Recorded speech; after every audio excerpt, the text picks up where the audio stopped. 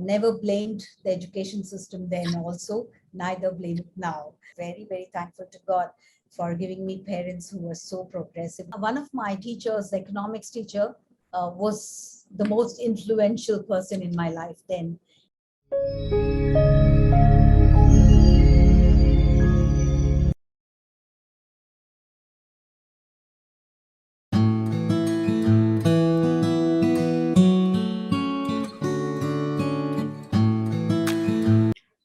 Hello and a very warm welcome to Great Principles. I am Seema Chhoriya. Today we bring to you another legendary figure from the world of Indian academia. She is an iconic figure renowned for pioneering educational reforms in India. This passion of hers has won her many admirers in our country and beyond our borders. Well, that's how far her outreach is. I'm so thrilled and feel honored to share a few words with our distinguished guest today.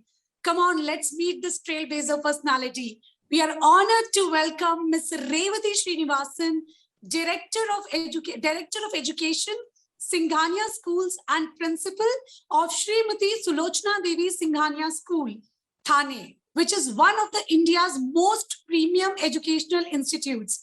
Laced with management and a bunch of specialized degrees in education management, early childhood development and MPhil, Mrs. Srinivasan found her passion for teaching and ensured that she become the versatile teacher who can effortlessly connect with students of all ages. Besides her customary work, she conducts training on leadership skills for teachers and also for national and international students. She regularly writes about education and parenting in our national newspapers and books. Revathi ma'am is a great orator and has delivered keynote speeches at various educational forums, conclaves, and international universities. Today, it's a great honor to welcome ma'am. She heads Bharat Focus and guides Maharashtra as the district commissioner and leads the Raymond Rehabilitation Centers. Ma'am, it's a great honor to have you here. Welcome to Great Principles.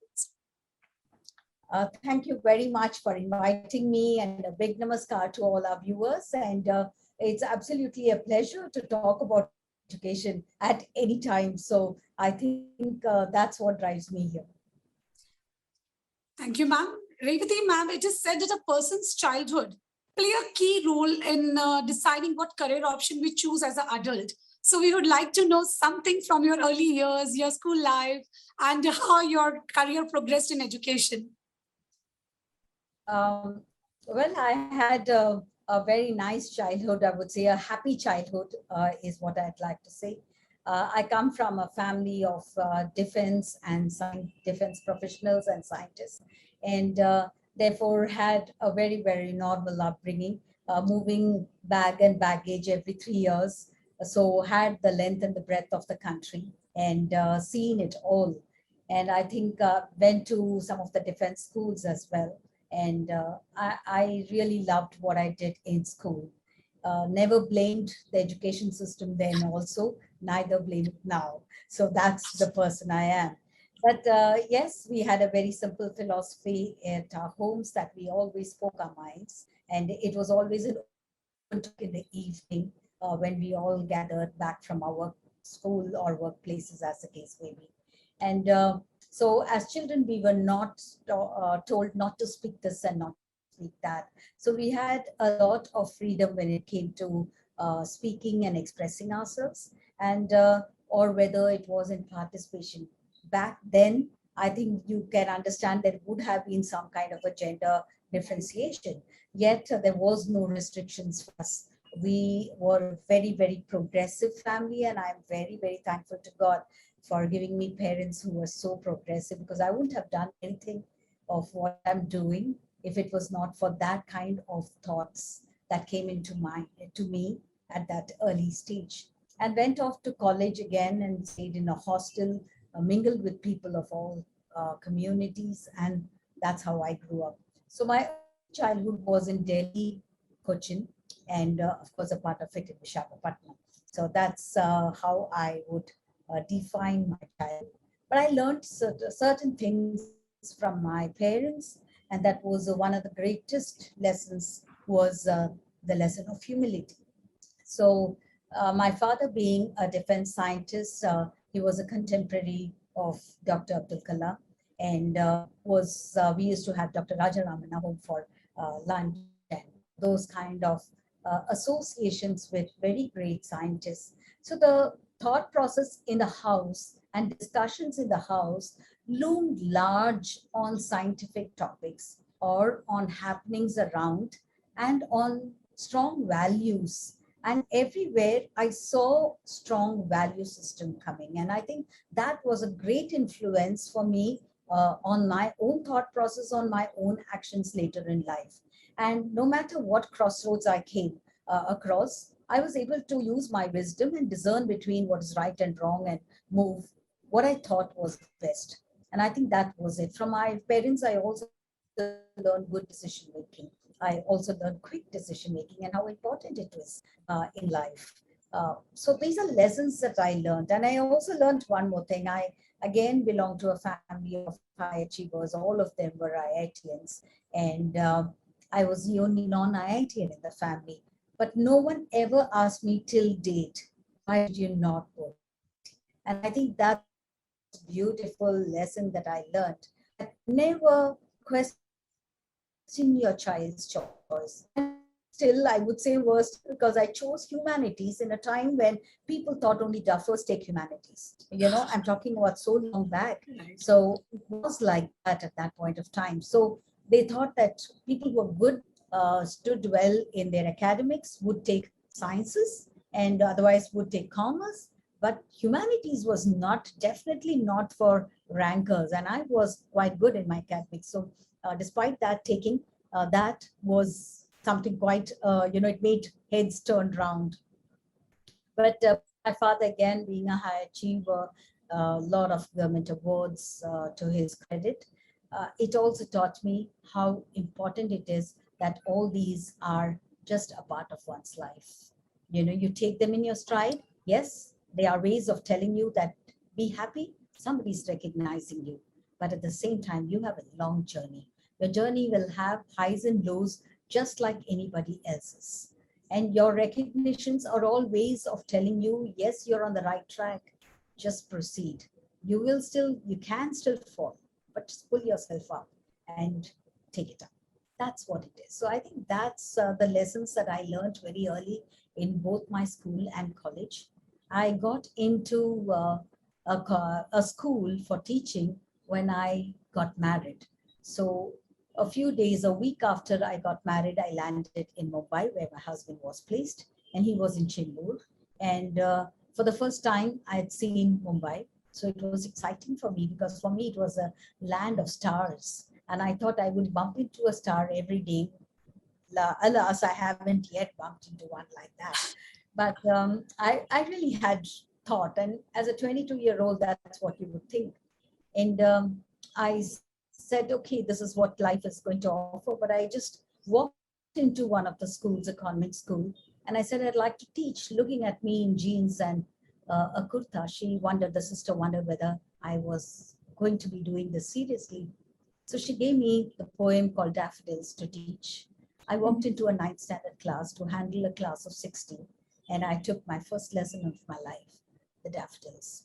Until date, it remains to be my best lesson, I think, because I did it impromptu, just as I'm doing this interview now, quite impromptu.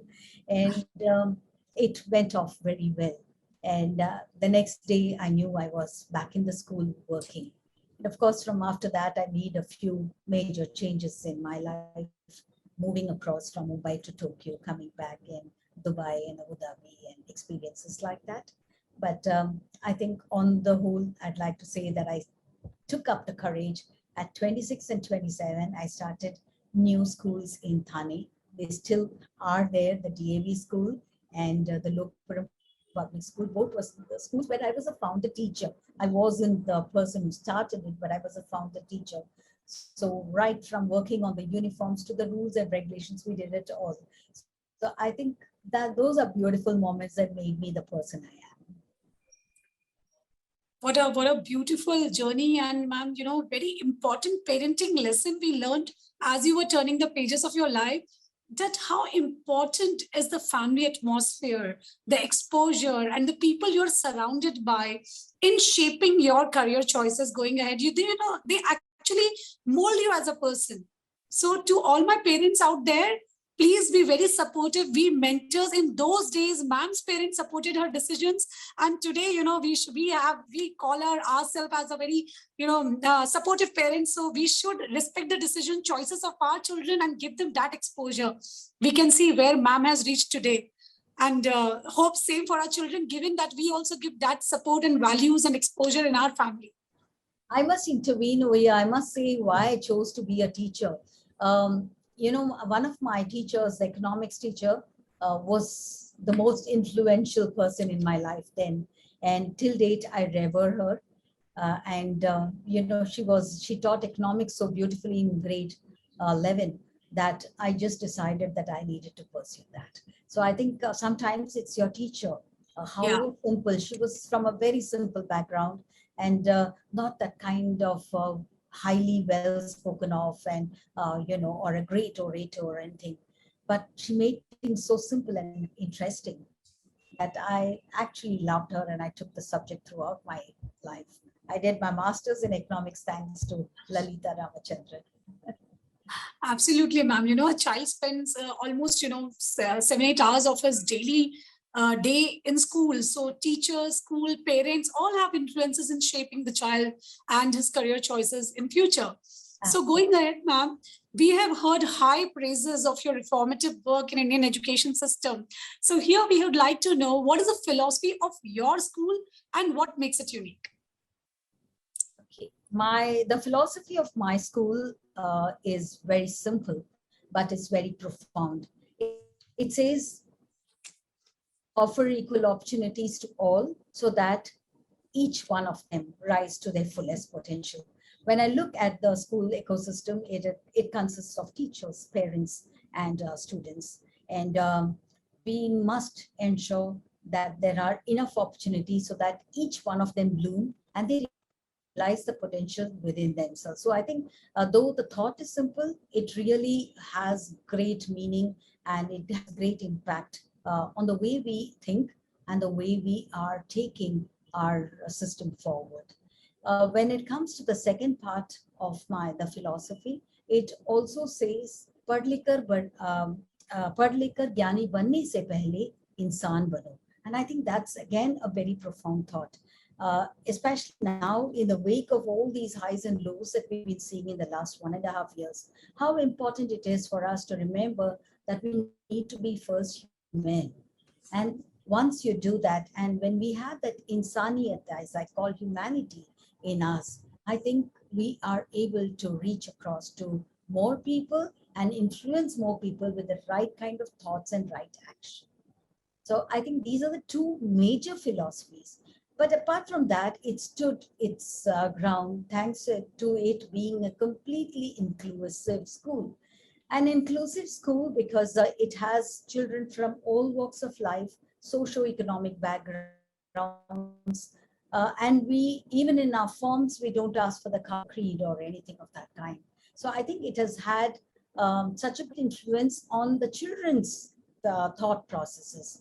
So as I see it, I can see a CEO child sitting next to my driver's child, and he studies all through his 14 years of school with the same child by the side. And I think plays with him, laughs with him, shares his tiffin box. And I think this is what makes a miniature society. That's how we make our children understand that it's not necessary for them to be exclusive, but it's very important for them to be a part of the society.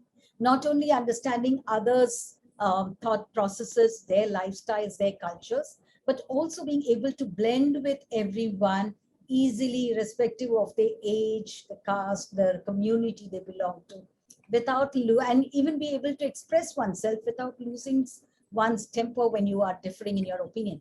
How important it is for us to teach our children these values.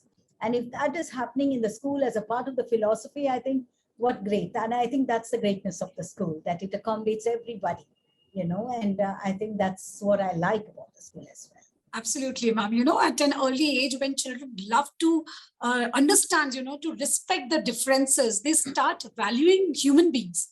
And that is all about the philosophy of the school also, teaching humanities and being humility is the biggest quality that we are looking into. So going ahead, ma'am, what is the importance of a well-balanced education and extracurricular activities in making a child future ready? Oh, wow. I think that is education to me. Whatever else you're doing in class is just academics. Okay. So I think what is education? It's about making the person a real person, a person with other interests, person with academics, the person who knows what's right and wrong. All of this comprises and comes together to make the child the wonderful human being he ought to be. And I think all these extracurricular activities, I don't call them extracurricular, I call them curricular activities because it's not non-scholastic or anything. I learn the best of my value systems from my PE classes. When I'm playing football, when I'm playing basketball, when I'm defending for my friend, I learn my best lessons. When I learn to rejoice at my opponent's victory, I learn to live life the fullest. When I'm able to share something on the ground, I think I've taught my children life's lessons. So life skills cannot be taught inside classrooms. It has to be done through activities. It has to be lived. Only when you live it, and children live their physical education period, their art and their craft periods, and the music periods. You cancel a physics and a chemistry or a math period, it's perfectly fine, right? But if you cancel a PE period, you had it, okay? Sometimes I do this. I tell them that if you're not going to, if you're not listen to your teacher, I think you need to cut down on your PE periods. Immediately the apology week comes in and everyone completes their assignment on time, submits it to the physics teacher, ensures that the teacher is happy with their submissions, and then makes sure they come back to me and say that please give us back our physical education period. So I think that is important, that children should get what they love to do. And it's not a period wasted for me, even when they are just having a QCT. So we have something called a QCT, which is the quality circle time, where we discuss everything, all in sundry things happening around us, except politics and religion. And we make them come out with ideas. Why did this happen? Why could not we, prevent it? Or what would you have done if you were in the situation? Kind of stories. Now, when this open sessions happen with children, you come to know what is playing in their mind. So even if there are some fearful thoughts in their mind or some scary thoughts in their mind, you can actually, through the process of discussion, the teacher or the facilitator can remove them. And many often people ask me, why are you spending 1 hour a week like this? Because that's equal to 2 periods, you see. But for me, it's not a period wasted. It's a period where we are taught the greatest lessons of life, that you can voice yourself, you can speak what you want to without being judged as whether your thoughts are right or not right. Very wonderfully explained. I think they are very important, and the balance is important. Absolutely, ma'am. So it's school is not only about academics, it actually prepares the children for life skills. So that is the importance of these periods. And no wonder, even as when we were kids, the moment we were told today your activity period is cancelled, we would like, oh no, we are not going to study only now. Everyone will be depressed. And what happened?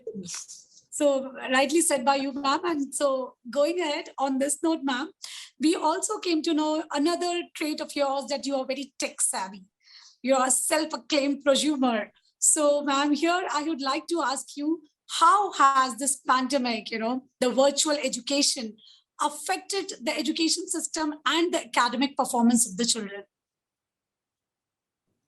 So I see it in 2 angles where it would have affected adversely. One is the equity component, and the second thing is about access. So equity in access would have been a huge problem for major parts of the country. So when I look at it as an educationist, I really feel that maybe some people would not have had good access. So there would be learning gaps in those such areas where either there was no internet or connectivity was not there, or didn't have good connectivity.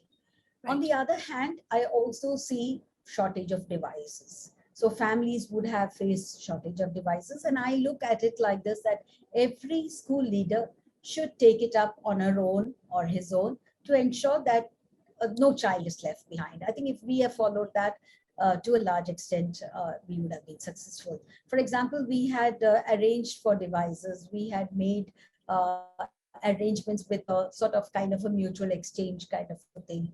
We also ensured that the timings were not, matching, so that we could sort of get the older students in the morning and the younger students in the afternoon. We actually did a statistical survey of how many families would have been impacted because of having only one device, so on and so forth. And I'm sure many schools would have done that. But where I really come from is that I love technology and I love to use them in our classrooms and for us, because I think where I see technology playing a great role is that it gets you to do a lot of creative stuff, which perhaps would have taken a longer time if you'd done it alone, or you're doing it with 2 or 3 people. So here what happens is that you can share the screen and everyone can come together at the same time. So that's one thing wonderful.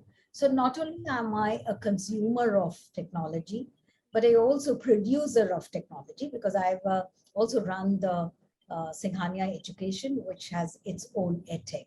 So we have our own app for our children, so that children can get the lessons on a day-to-day basis with the wonderful videos created by the teachers themselves. So I think this is there to stay.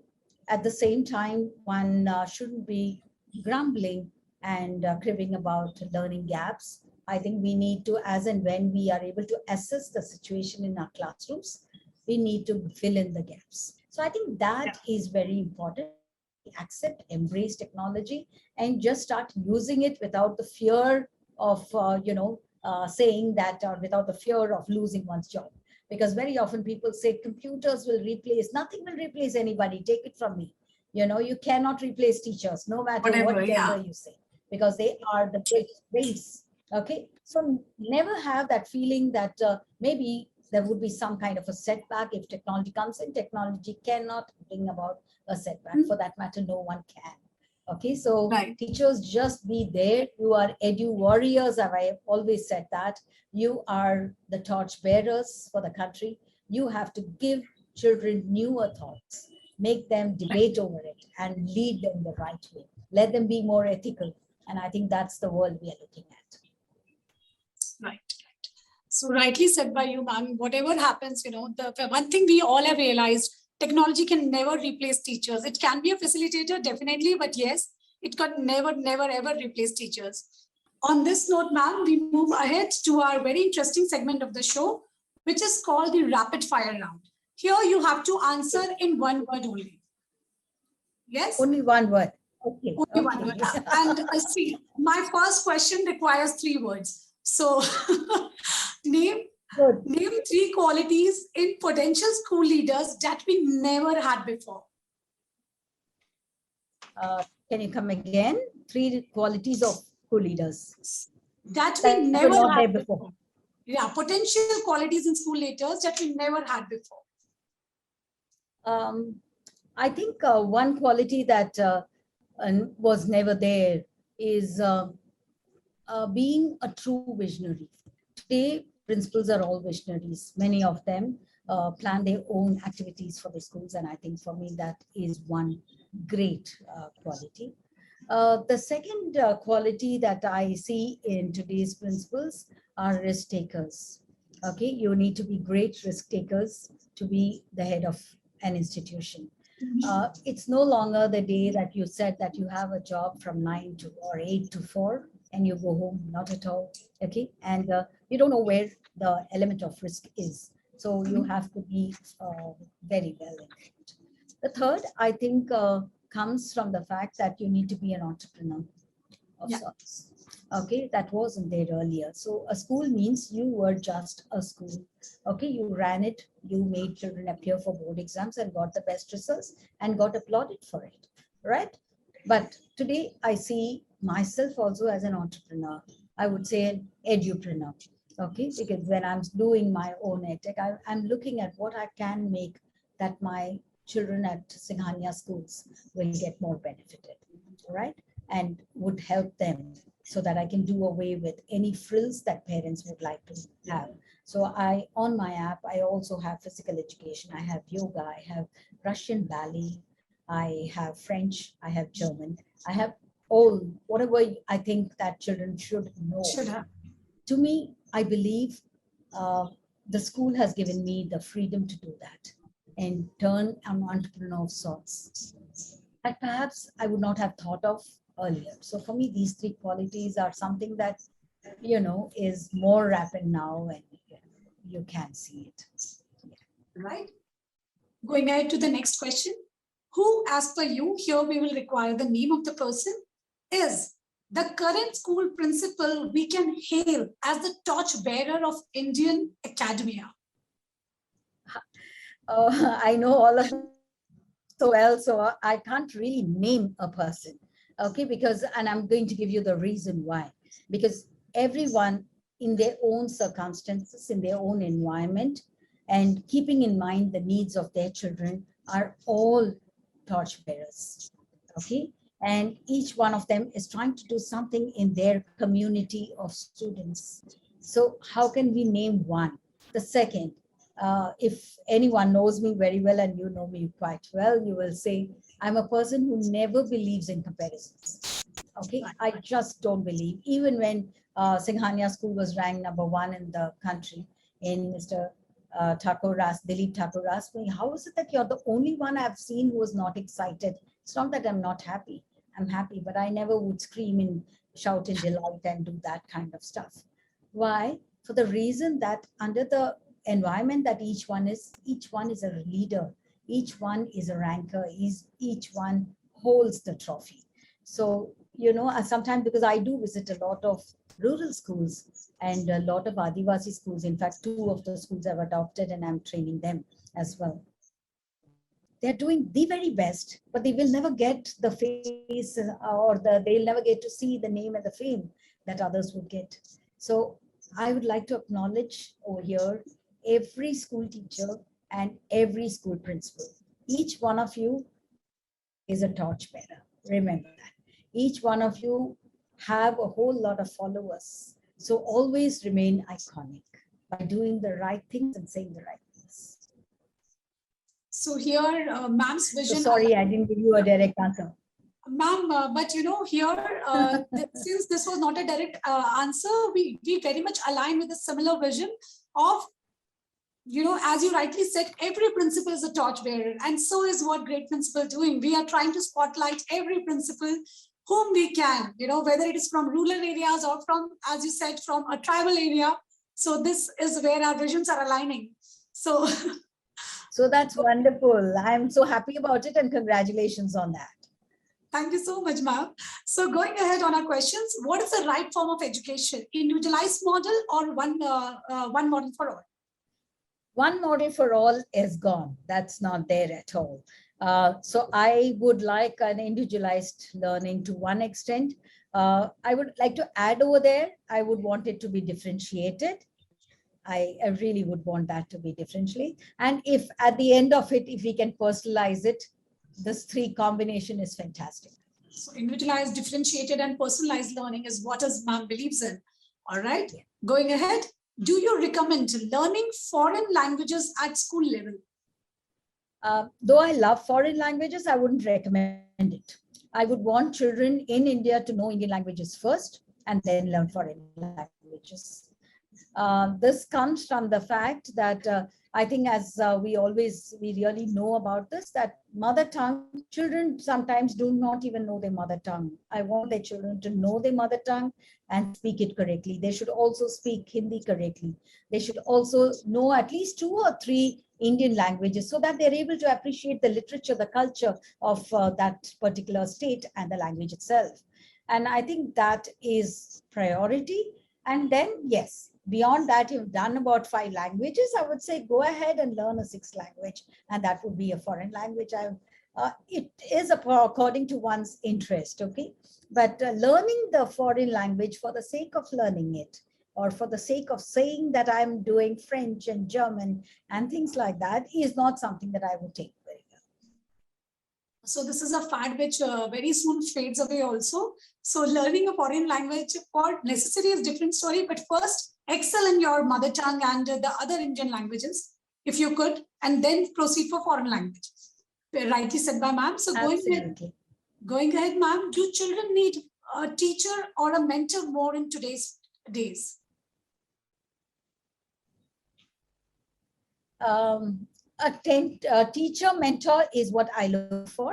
A teacher is a person who gives you the right knowledge, the skills, and all the other competencies that one needs to get. The mentor is a person who gives you the guidance. He shows you the light, okay, and sort of grooms you through and through without instructing you clearly as to this is what is to happen. So if I look at today's education system, I think every teacher has to be a mentor. And therefore, and when you're talking about being a mentor, you're also a counselor. So that's the reason being mindful of playing multiple roles is what I want the world to be. All right. So here comes a last question. That's education, right? Yes. Right. Absolutely right, ma'am. So here comes the last question of this segment.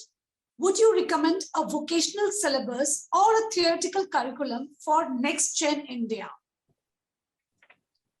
Nothing silo-based at all. I would say it should always be an open option for children. And if I wish to do vocational, I should be able to do. If I want to do academia, I do academia. And if I want to do theoretical skills, I should be able to do that. And if I think my interest is draining in one, I should be able to move to the other. If I'm able to offer that flexibility in our country, why do you think children will go abroad to study? Right. We don't have that flexibility here. Our scope of syllabus does not go into the depth of the matter. We are doing things very superfluously. And that's where the problem lies. And that's why you have hordes of children going abroad. So I would want this for the education system, make the system very practical and make it possible for every child to be able to accept and sort of choose from what they are given to them and be able to accept their life gracefully and be able to also move from one course to the other without too many difficulties. And if they do that, I think we'll have our children studying in India. We need to raise the bar of all our Indian universities so that there is more research and right research happening, for which we have to develop in our children the spirit of entrepreneurship, the spirit of research, the spirit of questioning, all of it right from our kindergartens. So it's not something that we do in standard 6 and 7 that we experiment. I think it's very important for us to give them that thought that, yes, even if they're seeing a butterfly, where did it come from? And even if a 3-year-old questions you about that, I think that's the beginning of making our children wonder, keep their wonder alive, keep their curiosity alive, and keep the joy in learning alive. Brilliantly answered this segment, ma'am. We got a lot of insights on this segment. So now, ma'am, we have known a lot on your professional front. We know that you are thoroughly involved in the overall growth of your students, staffs, and members.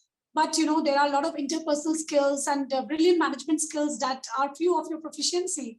So what keeps you ticking? What are the hobbies or sports that you are involved in, and how do they help you? Oh, yes. So I love a lot of things in life. Okay, so it keeps me very positive and keeps me engaged because I'm all the time learning or reading or something. So something that I really love to do is to write. I also paint. So I paint out of interest than any kind of training. I do a lot of stitching as well. So I love to make soft toys and stuff like that. So into a lot of crafts. And I used to do it more earlier, lesser now, I would admit that. Yeah, but yes, I love music. So I listen to a lot of music. And so on the whole, I really like to do a lot of things. I play the badminton. I go for my morning walks, which is very regular. So these are just interests. And I love nature. But what I really love, which is being denied to me, is traveling. because now for the past 1.5 years, we have not been able to travel. And it's like keeping me inside. I feel like I'm chained when I'm not traveling. So I love to travel. I mean, even if we get a weekend off, we go to shop, places close by. It's just for a walk. It's just for the nature trail, but I just love nature. So I really love to go on all these things. But I keep myself active. That I read a lot. Yes, I read, and now I moved over from fiction. I hardly read fiction. I don't get that time, but I will never blame time for it. It is just that we don't give it enough importance. That's about Right. it. So I think that's what it is. I love meeting people, and especially conversations in education. That keeps me thinking all the time. Wow. So we have Revathi ma'am here who loves to paint. She loves to travel. She reads a lot. She writes a lot. She plays badminton. She or even do stitching work. So, we have a multifaceted personality in front of us. And, ma'am, just before we end and conclude this beautiful journey, I have one last question for you. How important and relevant is value-based education in today's challenging times? I think that's the only thing that's going to keep us grounded throughout our lives. So value-based education, I don't agree with a period allotted for values.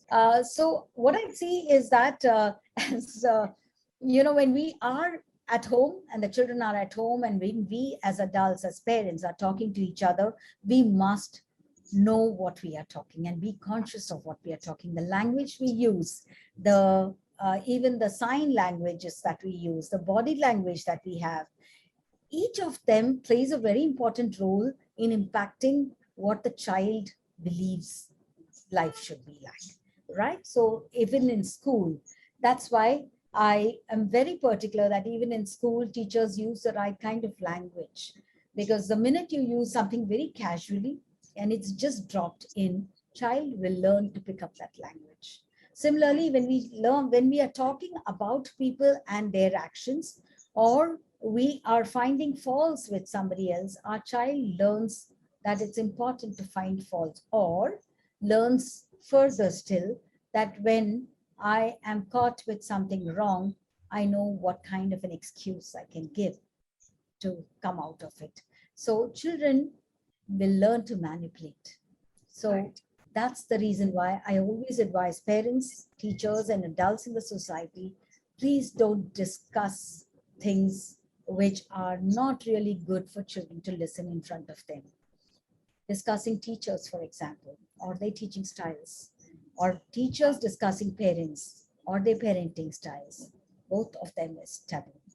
And I think if the day we all learn to respect each other for being the person we are, irrespective of the drawbacks that one may have or the strengths that one may have, and I think that is the day when you can say true education for our children has happened, because our children will learn to be wonderful human beings, be able to stand strong in their ideals. To me, that's very important, that children have the courage to stand for what they believe in, be able to express themselves clearly, and have the resilience that if something that they have planned out does not happen, they have the resilience and the power to come out of that and start something new, afresh, absolutely, without any kind of fear or feeling that they're not being accepted. So I think it's important for all of us. That's the responsibility of the schools. That's the responsibility of the parents at home, that we bring up our children the way the world is going. Because, it's easy for us to look at something going wrong and say, oh, they got this all because they got so much of money. But remember that it is important that we teach our children that what you do with yourself is completely yours. The choice is yours. You do it or you don't do it. When you do it, don't turn back and say, I wish I had not done it.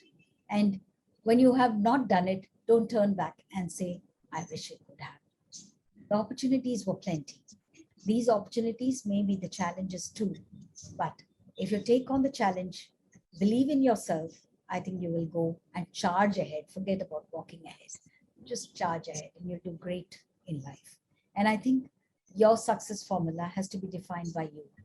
And what is success? The definition also has to be decided by you. So that's what it is. So for all of you, I must say, I wanted to be an IAS officer. But today, not a day in my life as an educator, I ever turned back and I said, ever, I wish I was an IAS officer. I did.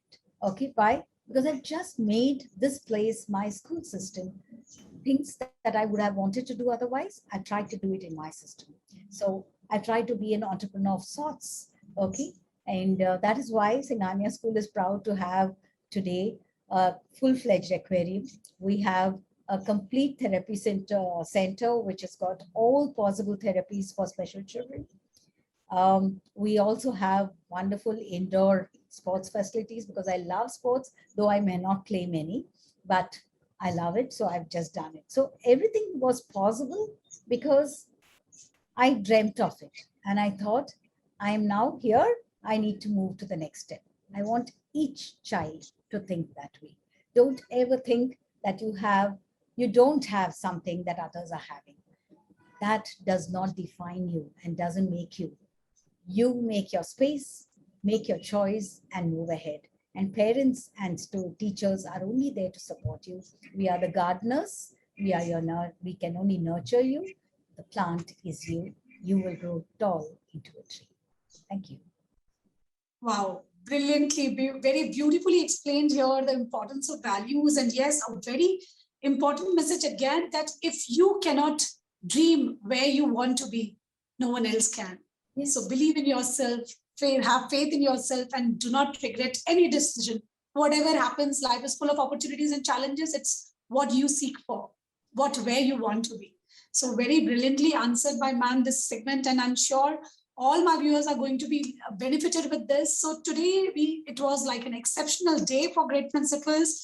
We had the privilege of talking to Miss Revathi Srinivasan here and hearing her thoughts, understanding her visions, and knowing what it takes to be a leader, ma'am. So thereby saying, better 1,000 days of diligent study is one day with a great leader. So today we had that privilege, and this session with you had given us so much wonderful insights, and all our viewers are going to be benefited. So here, and I would also like to thank my collaborators here, without whom this wouldn't have been possible. Jeevandeep Publications and our Total School Ka Dost. Thank you for joining in our journey.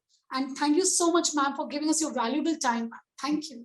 Thank you. It was a pleasure talking to you. And I think all that I spoke was straight from my heart. I've experienced all of this, and that's what I spoke from. So those are the lessons of life, I think. Thank you. Thank you so much, ma'am.